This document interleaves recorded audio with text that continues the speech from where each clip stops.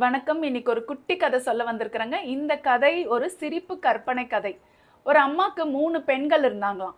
அந்த 3 பேருக்குமே கல்யாணம் பண்ணிட்டாங்களாம். இந்த அம்மாக்கு ஒரு ஆசைங்களாம். மாப்பிள்ளைங்க தான் மேல எவ்ளோ பாசமா இருக்கிறாங்கன்னு கண்டுபிடிக்கணும்னு ஒரு ஆசைங்களாம்.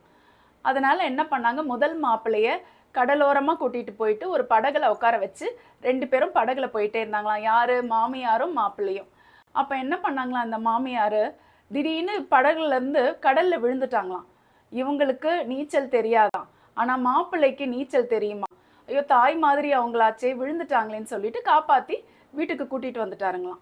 அன்னைக்கு அந்த அம்மா உயிர் தப்பிச்சாங்களாம். அடுத்த நாள் எழுந்து அந்த மாப்பிள்ளை வந்து கதவ தொறந்து பார்த்தா, வாசல்ல ஒரு மாருதி கார் நின்னுச்சுங்களாம்.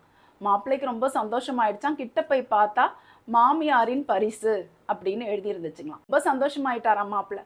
இது 2வது மாப்பிள்ளைக்கும் இதே மாதிரி நடந்துச்சுங்களாம். 2வது மாப்பிள்ளையும் இந்த அம்மாவை காப்பாத்திட்டு கார் எடுத்துக்கிட்டு போயிட்டாருங்களாம். இப்போ 3வது மாப்பிள்ளைய சோதிக்கிற நேரங்களாம்.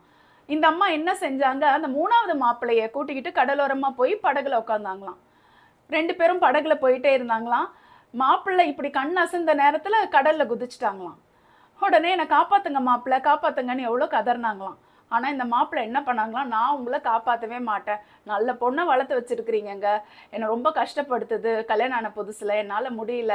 எல்லாமே உங்களால தான். இந்த தண்டனை உங்களுக்கு தேவைதான்னு சொல்லிட்டு, அந்த மாப்பிள்ளை அந்த அம்மாவ காப்பாத்தவே இல்லையாம். அந்த அம்மாவும் கடல்ல விழுந்து இறந்துட்டாங்களாம். ரொம்ப பரிதாபமா. நாள் காலையில மாப்பிள்ளை எழுந்து வாசலுக்கு வெளியே வந்து நின்னாருங்களாம். அப்போ அவர் வாசல்ல ஒரு பரிசு இருந்துச்சுங்களாம். என்ன பரிசுனா, BMW கார். ஐயோ! BMW காரா? மாமியார் தான் இறந்துட்டாங்களே, இதை யார் கொடுத்ததுன்னு அவசர அவசரமா வந்து பார்த்தா, அதுல எழுதி இருந்துச்சுங்களாம், அன்புடன் மாமனார் அப்படின்னு சொல்லிட்டு.